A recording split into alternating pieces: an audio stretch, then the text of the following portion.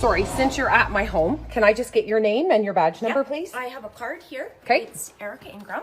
Thank you. And this is just some information about peaceful protests. That's all it is. Okay, so you saw something on my Facebook? No, on the Facebook group. Okay, and decided to come to my personal residence to give me information about peaceful protest? Yes. Okay, so are the Peterborough Police, no, you're with OPP? Are you guys now monitoring people's Facebook pages? Or Facebook groups to who comments as to what their status updates are or what they're doing or within the group? Because of the protest happening province-wide, yes, we have been monitoring the protests. Okay. So there's a protest coming up. I'm simply providing you with information about a peaceful protest. And now I'm leaving. Oh, okay. That is all.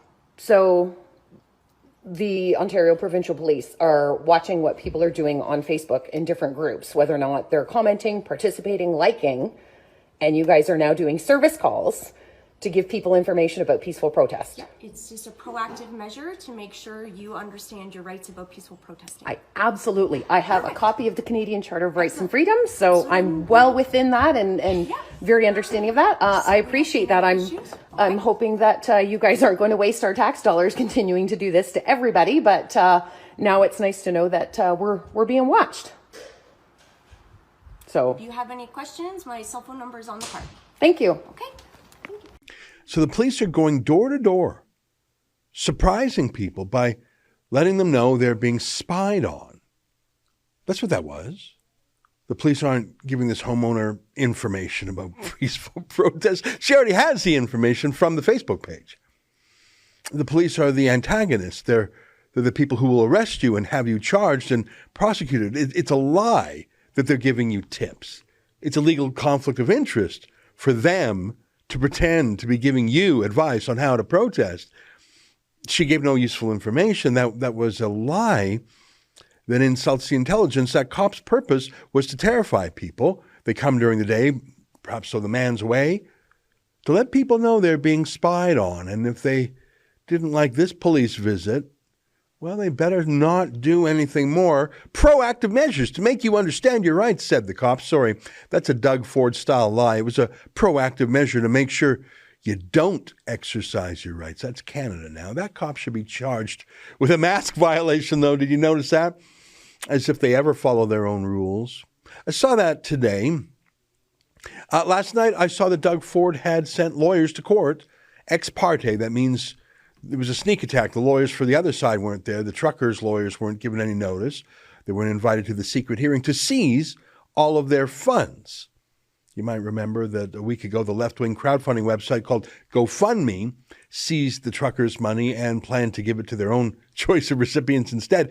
That caused such outrage amongst U.S. politicians, not a peep up here in Canada, that GoFundMe decided to return the money to the donors. So the truckers set up a new crowdfunding campaign on Give, Send, Go. It's another website which promised to respect their freedom. Sounded good, but Doug Ford went to court to freeze those funds. Give, Send, Go laughed at an Ontario court trying to seize funds in the U.S. in the land of the First Amendment. But anyone in Canada would be foolish to mess with this court order until it's repealed. I suspect it will be overturned soon when the truckers' lawyers get to court. It'll be interesting to see what information was used by the police to persuade the judge. But in case you're not clear, Canada is now the place where government seizes your bank accounts if you oppose them too effectively. And the government sends armed police to your house to warn you about Facebook protests you're involved with.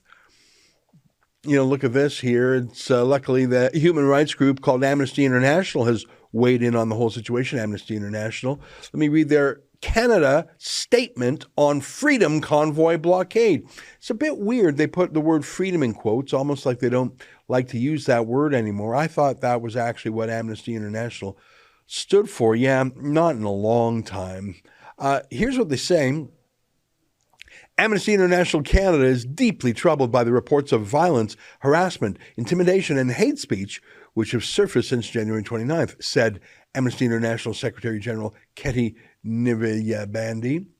Nazi flags, Confederate flags, and other symbols of racism and hate exhibited have no room in peaceful protests. Equally concerning is the affiliation of some of the convoy organizers with overtly racist white supremacist groups.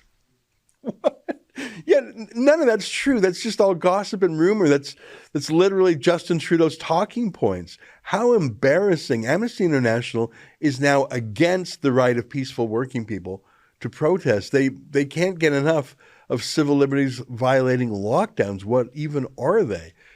They're cheering for police enforcement against peaceful protests. They hate the truckers.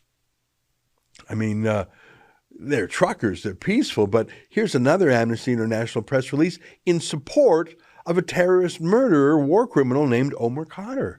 Same human rights group. They're fine with him.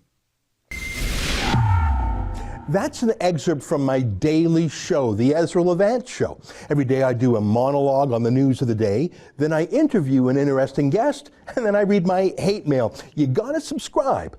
Go to rebelnews.com.